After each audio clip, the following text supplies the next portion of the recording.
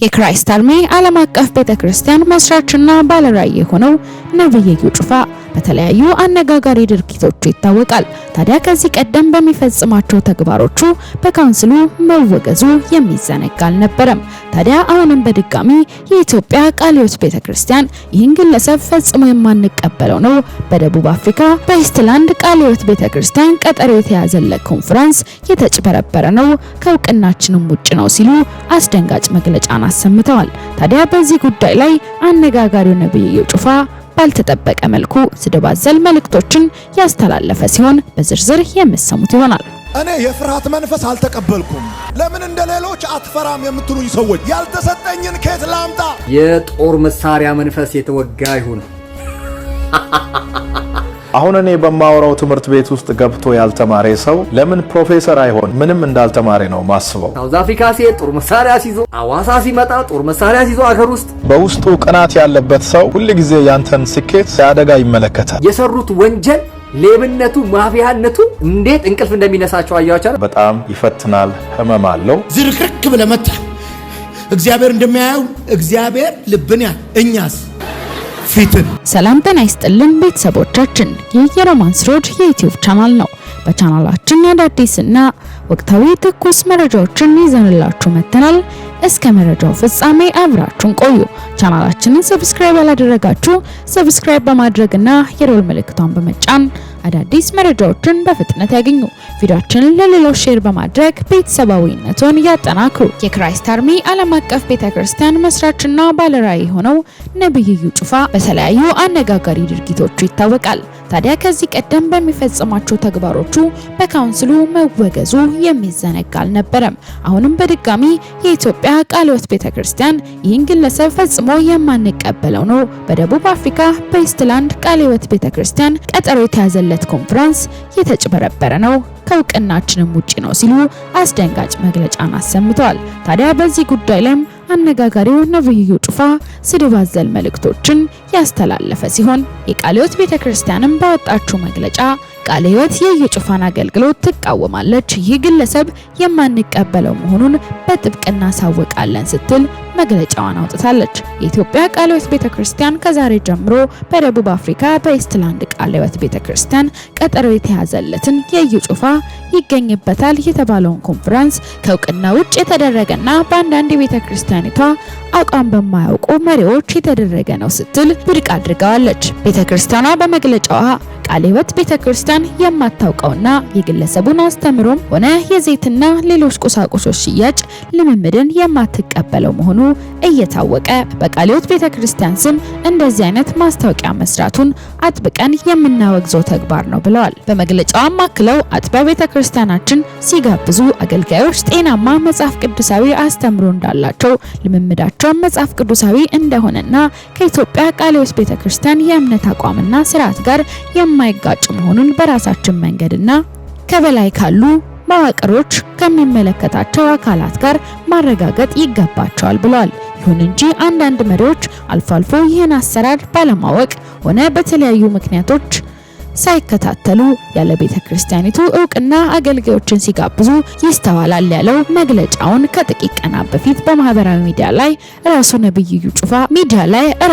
ነብይ ብሎ የሚጠራው ጩፋ የሚባለው ግለሰብ በደቡብ አፍሪካ ኢስትላንድ በተባለች ከተማ በምትገኘው የቃለ ሕይወት ቤተክርስቲያን ላይ እንደ አውሮፓውያኑ አቆጣጠር ከኖቬምበር 7 እስከ 9 2025 ዓ.ም ድረስ አድራሻውን ገልጾ መንፈሳዊ ጉባኤ እንደሚያደርግ ማስታወቂያን ሲናገርና ሰዎችን ሲጋብዝ ተመልክተናል። ይህን ጥሪ የኢትዮጵያ ቃለ ሕይወት ቤተክርስቲያን የማታውቀውና የግለሰቡን አስተምሮ ሆነ የዘይትና ሌሎች ቁሳቁስ ሽያጮች ልምምድ የማትቀበለው መሆኑን እየታወቀ በቃለ ሕይወት ቤተክርስቲያን ስም እንደዚህ አይነት ማስታወቂያ መስራቱን አጥብቀን የምናወግዘው ተግባር ነው። ስለዚህም ኢስትላንድ ላይ ቃለ ሕይወት ቤተክርስቲያንም ሆነ በሌሎች የቃለ ሕይወት አጥቢያዎች ይህ ግለሰብ የሚሰጠውን አገልግሎት የማንቀበለው መሆኑን እናሳውቃለን ብለዋል። ታዲያ ነብዩ ጩፋ ከሰዓታት በፊት የመጣበትን መግለጫ አስመልክቶ ይድረስ አከርካሪው ለተሰበረው የአክራሪ ኮሚቴ በማለት ምላሽን ሰጥቷል። የኢትዮጵያ ቃለ ሕይወት ቤተክርስቲያን ስራ አስፈጻሚ ኮሚቴ በጥቅምት 25 2018 ዓ.ም ነብዩ ጩፋን በተመለከተ ያወጣውን መግለጫ እርሱን ሆነ የሚመራውን የተከበረውን ምዕመናን የማይመጥን እንዲሁም ለነቢያት ካለው ከጭፍን ጥላቻ የመነጨ መሆኑን ፍትፍት አድርጎ ያሳየ መግለጫ ነው። ይህ መግለጫ ከመጽሐፍ ቅዱስ ትምህርት ከቤተ ክርስቲያን ሕግና ከመንፈሳዊ መመሪያ ጋር የማይጣጣም መሆኑን በሚገባ ለመገንዘብ ችያለሁ። የቤተ ክርስቲያን ዋና ተልእኮ ለሰዎች ቃል ማድረስና የመዳን መንገድ ማሳየት መሆኑን እየታወቀ ይህ ታላቅና ዋና ተልእኮ ወደ ጎን ትቶ ባረጀና በፈጀ በመጀመሪያ ክፍለ ዘመን በቀረው የሃይማኖት ጥላቻ መጠመዳችን ሌላ አሳፋሪ ጉዳይ ነው። እኔ የኢትዮጵያ ቃለ ሕይወት ቤተክርስቲያን ስራ አስፈጻሚ ኮሚቴ ተላላኪ አይደለሁም። የወንጌል አድራሽ የሆንኩ የኢየሱስ ክርስቶስ ተላላኪ ነኝ እንጂ።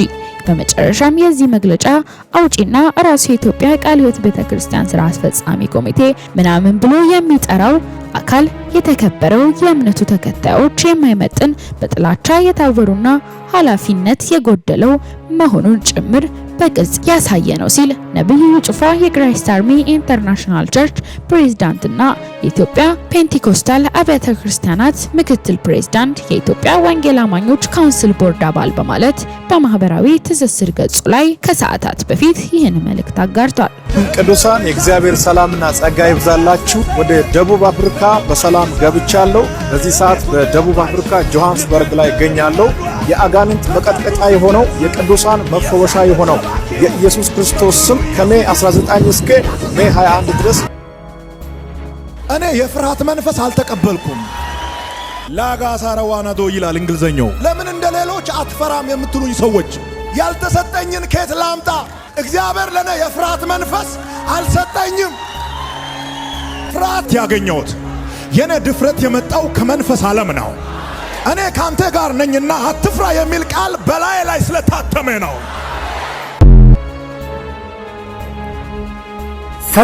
ሰላም እንዴት ናችሁ?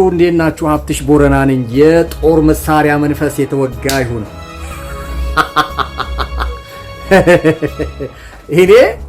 እኔ በጣም ብዙ አርበኞች አይቻለሁ ኢትዮጵያ ውስጥ። በጣም ብዙ የጦር መሪዎችን አይቻለሁ። እንደ እዩ ጩፋ ግን የሃይማኖት መሪ ሆኖ ጦር መሳሪያ ሞቴ ያርገው የሚል አይቻላክ ማለት በልጅነቱ ሳያይ ስላደገ ነው ማለት። እስቲ የምታውቁ ሰዎች ኢንቦክስ አድርጉልኝ በውስጥ በኩል አላየም ሲያድግ ምናምን የጦር መሳሪያ ወታደር ፖሊስ ምናምን እነሱ አካባቢ እሱ ያደገበት ምናምን አካባቢ ላይ አልነበረም። ኢትዮጵያ የአርበኞች ሀገር ነች። በጦርነት ማንም ኢትዮጵያን ማንበርከክ በፍጹም ማትታሰብ ሀገር ናትና እዩ ጩፋን ይሁት። አሁን ይሄ ሳውዝ አፍሪካ ነው። ሳውዝ አፍሪካ ሲሄድ ጦር መሳሪያ ሲይዞ፣ አዋሳ ሲመጣ ጦር መሳሪያ ሲይዞ አገር ውስጥ ሚዛን አማን ሲሄድ ጦር መሳሪያ፣ ገጠር ሲሄድ ጦር መሳሪያ ታጅቦ፣ ከተማ ሲመጣ የጦር መሳሪያ መንፈስ ካንተ ላይ የተመታ ይሁን። አያችሁ ምን ያክል የሰሩት ወንጀል ሌብነቱ ማፊያነቱ እንዴት እንቅልፍ እንደሚነሳቸው አያችሁ። ለዚህ እኮ ነው ንጹህ ህሊና ትራስ ነው የሚባለው። ለዚህ ነው ንጹህ ህሊና መጽሐፍ ቅዱስ በነገራችን ላይ አንድ ቦታ ምን ይላል መሰላችሁ? ክፉዎች ምን ይላል መሰላችሁ? ክፉዎች ሰላም የላቸውም እንደሚንቀሳቀስ የባህር ሞገድ ናቸው ይላል። ክፉ ሰው ሰላም የለውም። አይታችኋል አይደል? አሁን ሀይቅ ዳር ያላችሁ ምናምን ባህር ዳር እንደዚህ ሀይቅ አካባቢ ያላችሁ ዝዋይ፣ ላንጋኖ፣ ውጭ ሀገር ዱባይ ምናምን ያላችሁ ሰዎች በቃ ሲል ነው የሚያድረው። በቃ የተጋፈ እንዲሁ ነው የሚያድረው። ክፉዎች እንደዚሁ ናቸው ይላል መጽሐፍ ቅዱስ። ሰላም የላቸውም። ሰላም ያለው ሰው እኮ ጸጥ ያለ ነው፣ ያረፈ ነው፣ የተረጋጋ ነው። ለዚህ ነው ኢየሱስ ክርስቶስ እኔ የምሰጣችሁ ሰላም ዓለም እንደሚሰጠው አይነት ሰላም አይደለም ያለው። ክፉ ሰዎች በተለይ በሌብነት፣ በነፍሰ ገዳይነት፣ በስርቆት፣ በምናምን ውስጥ ያለ ሰው ሰላም የሚባል ነገር እኔ ደግሞ ላውጅላችሁ፣ ሰላም ለእናንተ ይሁን። ሰላም ፒስ ፎር ዩ፣ ሰላም ለእናንተ ይሁን። ሰላም አተ በጦር መሳሪያ እንደ እዩ ጩፋ ስቃይን የምታይ የሰው ሀቅ በልተ፣ የሰው ንብረት ዘርፈ፣ የሰው ነገር አበላሽተ፣ በቂም በጥላቻ ህይወት ብክት ጭምልቅልቅ ያላችሁ ነብይ፣ ሐዋርያ፣ ፓስተር ምናምን የምትባሉ ባለስልጣን የምትባሉ በየትኛውም የስልጣን እርከን ላይ ያላችሁ በየትኛውም የሀብት ማማ ላይ ያላችሁ ልንገራችሁ፣ ሰላም ለእናንተ ይሁን ከማለት ውጪ በጦር መሳሪያ አሁን እንዲያስቡ አዎ በሴኩላር ዓለም ውስጥ ብዙ የፖለቲካ ተቀናቃኞች ስላሉ አለመተማመን አለ። የሃይማኖት መሪ ሆነ ኢየሱስ እንኳን ጴጥሮስ ያንን ሰውዬ ዝራ ብሎ ጆሮን ቆርጦ ሲጥል ሰይፍን የሚያነሱ በሰይፍ ይወድቃሉ ነው ያለው። እኔ እነዚህ ሰይፍ የሚይዙ ሰዎች እስራኤል ደንሳ እንደዛ ታጅቦ ሲሄድ እንደተመታ ታውቃላችሁ። አሁን እዩ ጩፋም ቀጣይ ምናልባት ጣፈንታው እሱ ሊሆን ይችላል። ምክንያቱም ከጦር መሳሪያ ጋር ሞቴን ሞት ያርገው ብሏል። ከጌታ መንፈስ ጋር አይደለም፣ ከእግዚአብሔር ቃል ጋር አይደለም። ገብቷችኋል አይደለም? ከእግዚአብሔር መገኘት ህልውና ጋር አይደለም። እና ለመርከቱ ሳውዝ አፍሪካ ባለፈው ማሳይቻችኋለሁ። በሁለት ታግሎ ለሱ ብርቅ መስሎታል። ለሱ ምናምን ይሄ ድንቁርና እንደሆነ ይሄ ማንነቱን የሚያሳይ የወንጀለኛ መገለጫ እንደሆነ የሃይማኖት መሪ ሆኖ በጦር መሳሪያ በዚህ ልክ እነ ተስፋዬ ጋቢሶ እኮ አይታጀቡም። እነ ተስፋዬ ጋቢሶ እነ ማሙሻ እኮ አይታጀቡም። እነ ፓስተር ጌቱ እኮ አይታጀቡም። እነ ኮልፌ ቃለ ሕይወት አይታጀቡም እኮ እንዴ! በሕይወት በነበሩ ጊዜ ሌሎችም ቄሶች ጳጳሶች እኮ አይታጀቡም። እዩ ጩፋ እንዲህ በጦር መሳሪያ ሞቴ ያርገው ችግር የለውም። የተመኘኸው ይደርሳል። የፈለከው ያገኘሃል። ያንኳኳኸው ይከፍትልሃል። ምን ችግር አለ? ስለዚህ ከቅርብ ጊዜ ወዲህም እንዲህ የሚያምራችሁ ሰዎች ካላችሁ መውደቂያችሁ መቃረቡን፣ ፍጻሜያችሁ መዳረሱን 90 ደቂቃ ፍሽካ እየተነፋ መሆኑን ማሳያ ስለሆነ እዩ ጩፋ ጋር ያላችሁ ሰዎች ትንሽ እቺ እንኳን እንደው ለትዝብት እንድትሆናችሁ ነው። ይሄን ኮፒ ሊንክ ቲዩት ሪፖስት አድርጉ። በሌላ ቪዲዮ ተመልሼ እመጣለሁ። ሚዳዳችሁ ሰዎች አሉኮ በቦዲጋርድ ምናምን የሉም ዛሬ ላይ እግዚአብሔር አዋርዷቸው ስራቸውን ቅርንጫፋቸውን በጣም የጣለባቸው ሰዎች አሉ። ስለዚህ የዩ ጩፋ ደጋፊዎች ልንገራችሁ፣ በጡንቻ የምትታመኑ በጉልበት የምትታመኑ እናንተ የገሃነብ ትኬት የቆረጣችሁ የገሃነብ ልጆች ናችሁ። የሰይጣን ተከታዮች ናችሁ። የዲያብሎስ ልጆች ናችሁ። እናንተ ኢየሱስ እንዳለው ከአባታችሁ ከዲያብሎስ እንጂ እናንተ የአብርሃም ልጆች አይደላችሁም እንዳላቸው። ለምን ሊገሉት ይፈልጉት ነበር፣ ሊያጠፉት ይፈልጉ ነበር፣ ክፋትን የተሞሉ ነበሩ። ልክ እንደዚህ ሁሉ ጦር መሳሪያ የሚያስናፍቅ፣ ጦር መሳሪያ የሚያስወድድ፣ ጦር መሳሪያ እንደዚህ የሚያሳጅብ ነገር የጤናማነት ምልክት አይደለም። ሌሎቹንም እንዳያችሁት ነው ቪዲዮቹን ካውንስሉ መግለጫ እስኪያወጣበት ካውንስል የሚያክል ተቋም እንግዲህ ላይሰንሱን እንካ ብሎ የሰጠው እስኪያወጣበት ድረስ ለሱ እንትን መስሎታል። አንዳንዴ መሀይም መሆን እኮ ደፋር ያደርጋል የሚባለው ለዚህ ነው። መሀይም መሆን በጣም እንዴት አይነት ጥሩ ነው የሚሉት አንዳንድ ሰባኪዎች እንደነ እዩ ጩፋ አይነቶቹን ለመግለጥ እንደነ ጆይ ጭሮ አይነቶቹን እንደነ እስራኤል ደንሳ አይነቶቹን ምንም አይነት መንፈሳዊ ዕውቀት የሌላቸው የእግዚአብሔር ቃል እንዲላል ማለት የማይችሉ ቢጠቅሱም እንኳን ከነሱ ጋር አያይዘው የነሱን መብት የነሱን ጥቅም ለማስከበር ሰዎችን ለመምታት ለመከላከል እግዚአብሔር ደግሞ በቃሉ መልሶ ይዋጋሃል። ያው ቃል መልሶ ያሳድድሃል። ይሄን አትጠራጠር። ለምን እስራኤላውያንን ያው መንፈስ ነው ተመልሶ ተዋጋቸው የሚለው በምድረ በዳ የቀሩበት አሸዋ የበላቸው ያ መንፈስ ራሱ መልሶ ተዋጋቸው ይላል። ዛሬ ብዙ ሰዎች ከእግዚአብሔር ሐሳብ ከእግዚአብሔር ፈቃድ ሲወጡ ሀብትሽ ቦረና አይደለም የሚያሳድዳቸው፣ ካውንስሉ አይደለም የሚያሳድዳቸው፣ የነበሩባት አጥቢያ ቤተክርስቲያን አይደለች የምታሳድዳቸው። የሰሙት ቃል ያ የተቀበሉት መንፈስ መልሰው ስላክፋፉት እሱ ራሱ ነው በገቡበት በወጡበት ቦታ ሁሉ መቆሚያ መቀመጫ የሚከለክላቸው። ጌታ የረዳው ወደ ልቡ ተመልሶ ተጸጽቶ ንስሐ ገብቶ መንገዱን ያስተካክላል።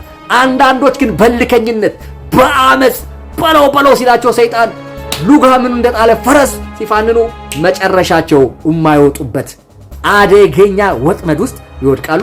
ሰይጣን ከዛ በኋላ ይበቀላቸዋል ማለት ነው። ስለዚህ እነ እዩ ጩፋን አይታችሁ የምትከተሉ ሰዎች ታረሙ ለማለት ነው።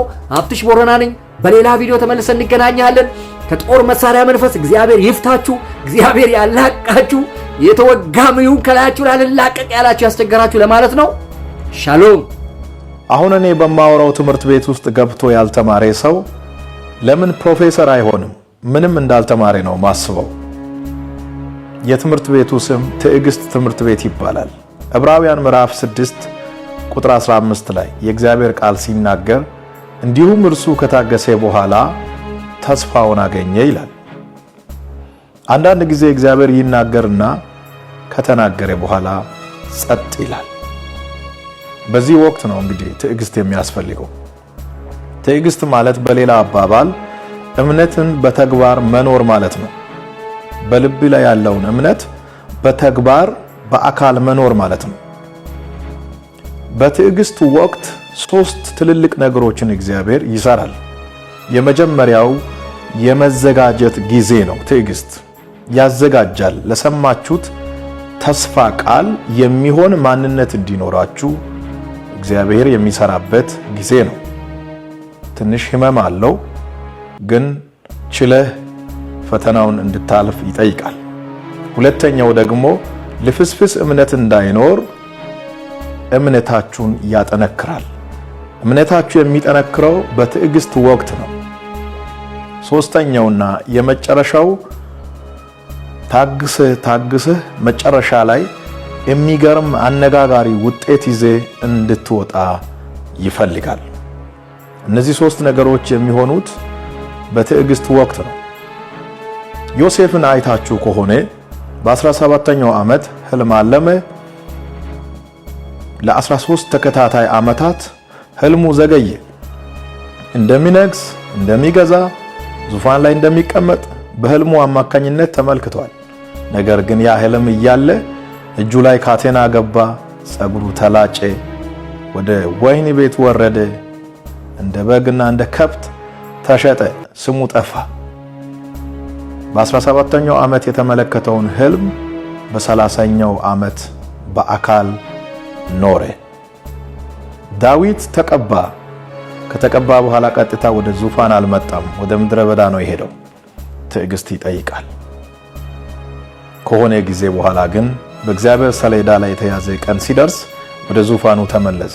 አብርሃም የተስፋ ቃል ሰማ። ለ25 ተከታታይ ዓመታት ታገሰ። በጣም ይፈትናል፣ ህመም አለው፣ ታግሷል።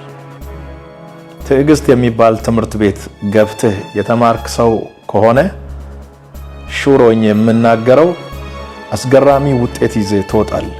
በትዕግስት ውስጥ ክሳራ የለም። ትዕግስት ውስጥ ምንም አይነት ክሳራ የለም። እየተሰደብክ፣ እየተገፋህ፣ እየተራብክ፣ በደል እየደረሰብህ፣ ብዙ ነገር እየተባልክ ከታገዝክ አትከስርም። ለጊዜው ሰዎች ሊስቁብህ ይችላሉ። ብቸኝነትም ሊያጋጥም ይችላል። የምታወራው ነገር ሰዎች በተቃራኒው የወሰዱ ግራ እንድትጋባ ሊያደርጉ ይችላል። ጀስት ታገስ።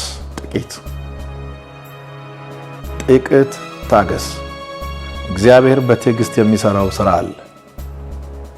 አስደናቂ የሆነ ነገር ከታገሳችሁ በኋላ ስትወጡ ይዛችሁ የምትወጡት ውጤት ጠላትን የሚያስደነግጥ፣ ወዳጅን የሚያስደስት፣ አንተን ደግሞ ይዞ የተራራ ጫፍ ላይ የሚያስረግጥ ታላቅ ውጤት ይሆናል።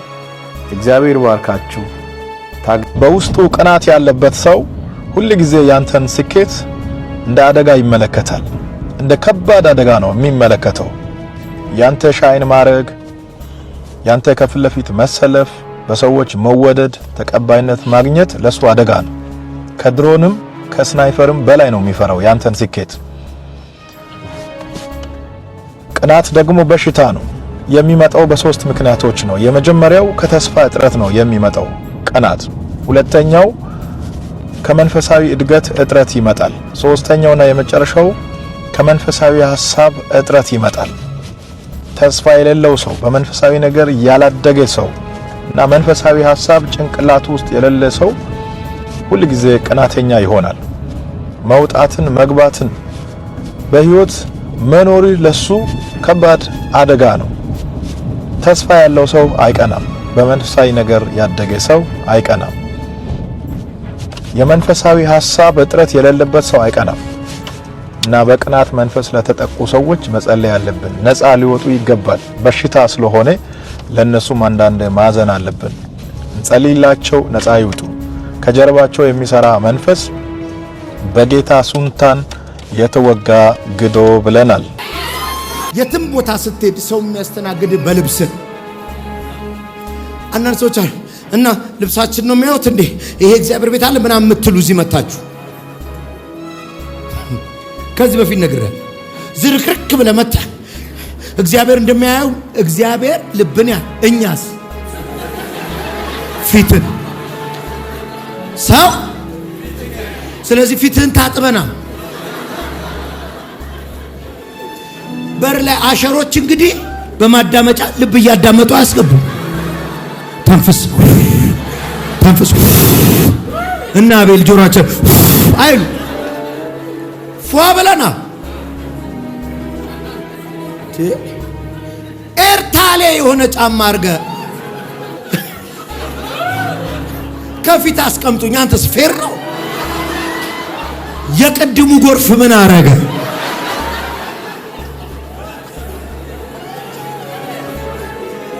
አጠገብ ያለው እኛ ምን ነው ፊትን ነው በለው። እኛ ሀገር ደግሞ ልንገር ሰው የሚያው ጫማን እኔ ይገርመኛል። አሁን ብዙ እዚህ ሀገር ሱቆች ገብቻለሁ። ድሮ የትም ቡቲክ ግባ እንዲሚያው ለምን እንደሆነ አላውቅም። ቡቲክ ያላችሁ ትነግሩኛላችሁ። ጫማ የምታዩት ከታች ነው። ገረፍ ገረፍ ገረፍ ያረጉና አሪፍ ከሆነ ሴልሶቹ ይነሳብ ምን ላሳይ ምን ትፈልጋለህ ይለዋል። ከታች ገረፍ ያረጉና እዛው የቱን እዛው ተለጥፏል ዋጋው እና እቃ እንዳታነሳ ነው የምታይ። አሪፍ ልበስ እመነኝ። ባለፈው ነግራችኋለሁ። ስራ ኢንተርቪው ተጠርተሽ እየሄድሽ ሚል ስሊፐር እዚህ ነው ድርጅት እዚህ ነው እዚህ አይደለም እንዳመጭ ፌር አይደለም። እግዚአብሔር ምስክሬ ነው። ስለዚህ አለባበስ ወሳኝ ነው። መንፈሳዊ ዓለም ላይ ፌስ የምታደርግበት አንድ ብራንድ ልብስ አለ። ሁሉንም ሞገስ ሽት አድርጎ የሚበላ ኢየሱስ ይባላል።